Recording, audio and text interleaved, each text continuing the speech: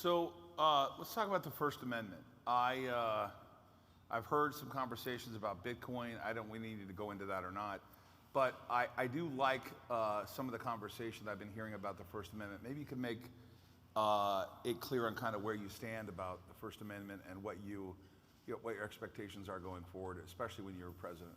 Yeah, I mean, with Bitcoin, I really didn't know anything about Bitcoin. My kids are all very entrepreneurial and they're smart kids, and so they talked about Bitcoin, and some of them were buying Bitcoin early on.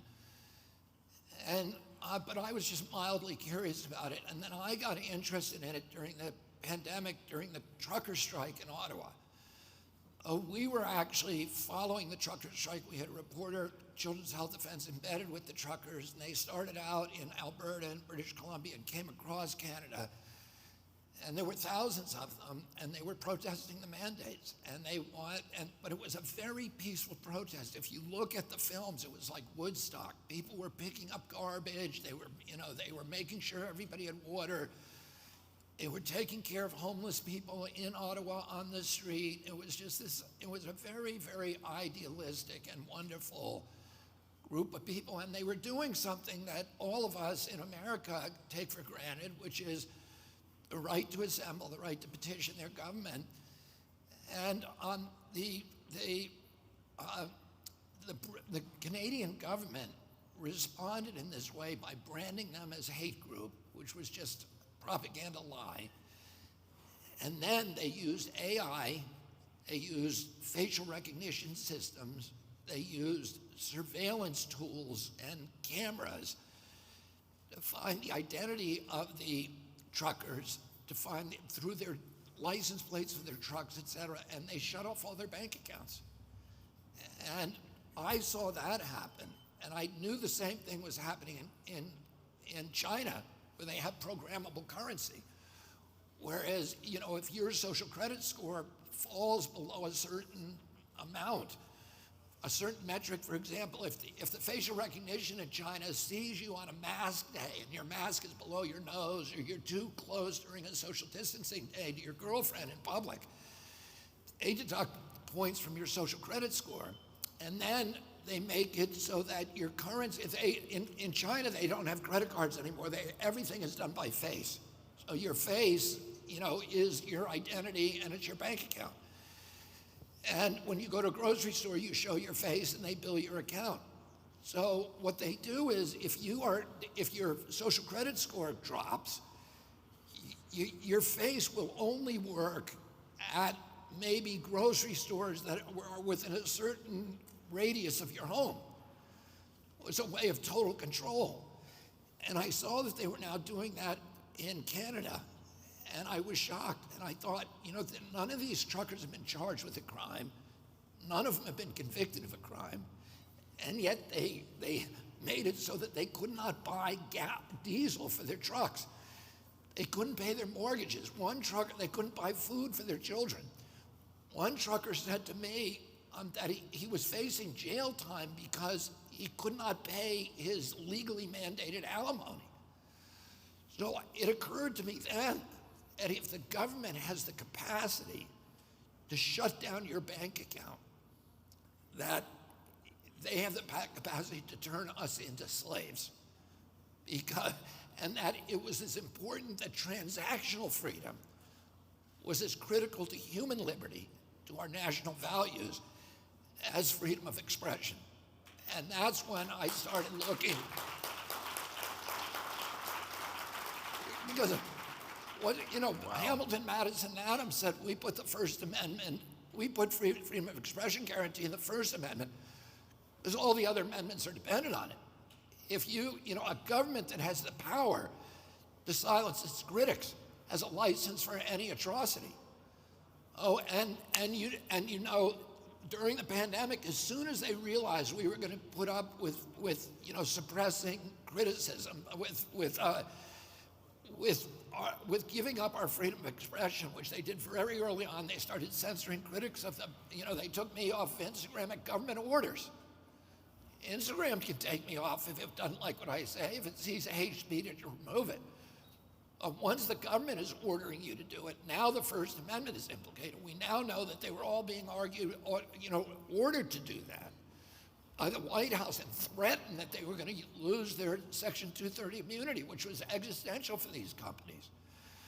So as soon as they realized they could do that, then they went after all the other rights. They went after freedom of worship, which is also in the First Amendment. They shut down every church in this country for a year with no, with no scientific citation, no public hearing. And they went after the third leg of the First Amendment, which is freedom of assembly, with their social distancing regulations, which they then enforced against certain, public protests, got enforced against, certain didn't. And then they went after property rights. They shut down, in violation of the Fifth Amendment, they shut down 3.3 million businesses with no due process, no just compensation, direct violation of the Fifth Amendment. And they shifted $4 trillion upward from the American middle class to this new oligarchy of billionaires that appeared during the pandemic. They created a billionaire a day during the pandemic, 500 billionaires in 500 days. And they went after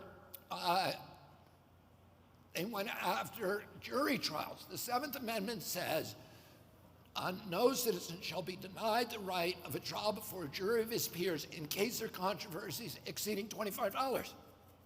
There is no pandemic exception. And yet they said, you can't sue a company that hurts you when it's doing countermeasures, whether it's vaccine or hospital or doctor or anybody else.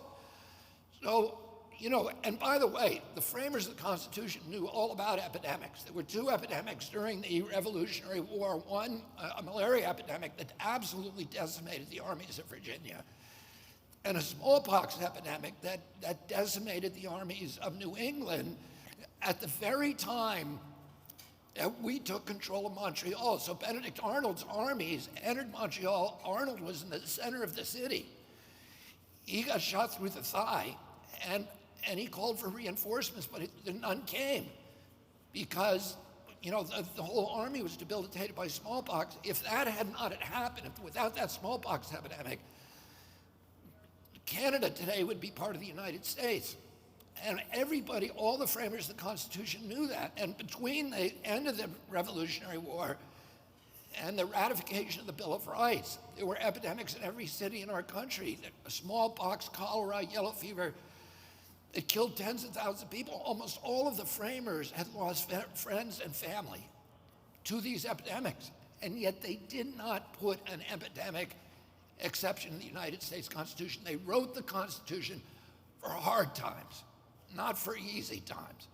They wrote the Bill of Rights not to protect friendly speech, not to protect nice speech. They wrote it to protect the speech that nobody wants to hear, the most unpopular speech. That's why they wrote it. And the speech that criticizes the government, that is inconvenient, that is embarrassing, and even speech that's not true. The First Amendment protects lies. As citizens, it's up to us to figure out ultimately what's lies and the truth. But the government has no right to censor anything by saying, oh, that's a lie. Wow. Let's go. Well, I got to be honest with you.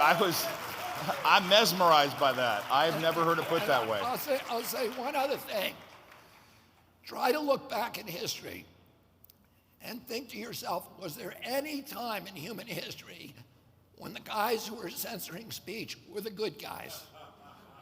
No, they're always the bad guys. It's always the first step down that slippery slope to totalitarianism. Wow.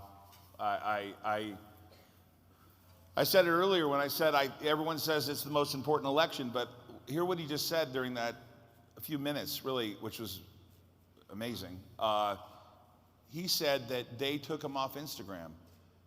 His political opponent removed him from a free social media space and threatened the company with removing their exemption under the law. And they did it with other social, I as an American don't understand why we're not all flipping out about this. Yeah. I don't know why we're not flipping out about this.